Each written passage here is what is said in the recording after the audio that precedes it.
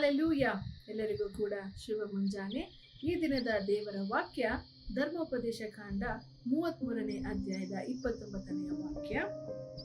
ಇಸ್ರಾಯೇಲ್ಯರೇ, ನೀವು ಎಷ್ಟೋ ಧನ್ಯರು, ನಿಮ್ಮಷ್ಟು ಭಾಗ್ಯವಂತರು ಯಾರಿದ್ದಾರೆ.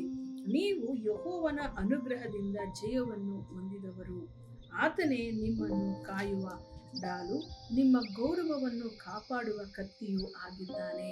ಆದುದರಿಂದ ನಿಮ್ಮ ಶತ್ರುಗಳು ನಿಮ್ಮ ಮುಂದೆ ಮುದುರಿಕೊಳ್ಳುತ್ತಾರೆ.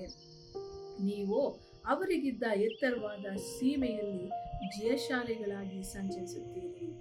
ಹೌದು ಪ್ರಿಯರೇ, ನೀವೆಲ್ಲರೂ ಕೂಡ ದೇವರಿಂದ ಅನುಗ್ರಹ ಹೊಂದಿದಂತಹ ಭಾಗ್ಯಶಾಲಿಗಳಾಗಿದ್ದೀರಿ ಎಂಬುದಾಗಿ ದೇವರು ತಿಳಿಸುತ್ತಿದ್ದಾರೆ. ಅಷ್ಟು ಮಾತ್ರವೇ ಅಲ್ಲ, ದೇವರೇ ನಿಮ್ಮನ್ನು ಕಾಯುವಂತಹ ಡಾಲು ಆಗಿದ್ದಾರೆ, ನಿಮ್ಮನ್ನು ಕಾಯುವಂತವರಾಗಿದ್ದಾರೆ. ನಿಮ್ಮ ಗೌರವವನ್ನು ಕಾಪಾಡುವಂತಹ ಕತ್ತಿಯಾಗಿ ದೇವರು ನಿಮ್ಮೊಟ್ಟಿಗೆ ಇದ್ದಾರೆ ಪ್ರಿಯರೇ.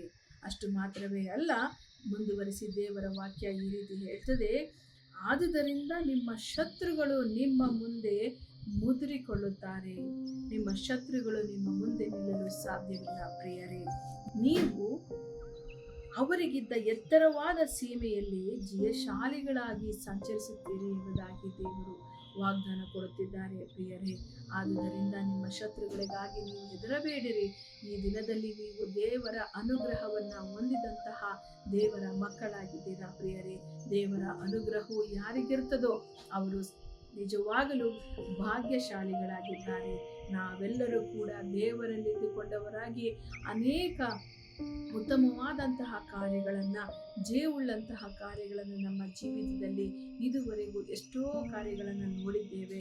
ಅದೇ ಪ್ರಕಾರವಾಗಿ ಈ ಬಾರಿಯೂ ಕೂಡ ದೇವರು ನಿಮ್ಮನ್ನು ಜಯಶಾಲಿಗಳಾಗಿ ನಡೆಸುವಂಥವರಾಗಿದ್ದಾರೆ. ಹೆದರದ ಹಾಗೆ ಈ ದಿನವನ್ನು ನೀವು ಎದುರಿಸಿರಿ.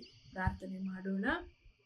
ಸ್ತೋತ್ರ ಅಪ್ಪ, ನೀವು ಕೊಟ್ಟಂತಹ ವಾಗ್ದಾನದ ಪ್ರಕಾರವಾಗಿಯೇ ಅಪ್ಪ, ನಿನ್ನ ಅನುಗ್ರಹ ನಮ್ಮೆಲ್ಲರ ಮೇಲೆ ನೀನು ಇಟ್ಟಿರೋದಕ್ಕಾಗಿ ನಿಮಗೆ ಸ್ತೋತ್ರ ಮಾಡುತ್ತಾ, ಕರ್ತನೆ, ಪ್ರತಿಯೊಬ್ಬೊಬ್ಬರ ಜೀವಿತದಲ್ಲಿ ಈ ದಿನ ನೀನೇ ಕರ್ತನೆ ಅವರನ್ನು ಕಾದು ಕರ್ತನೆ, ನೀನೇ ಅವರ ಗೌರವವನ್ನು ಸ್ವಾಮಿ ಕಾದುಕೊಂಡು ನಡೆಸಬೇಕಾಗಿ ಪ್ರಾರ್ಥನೆ ಮಾಡ್ತಿದ್ದೇನೆ.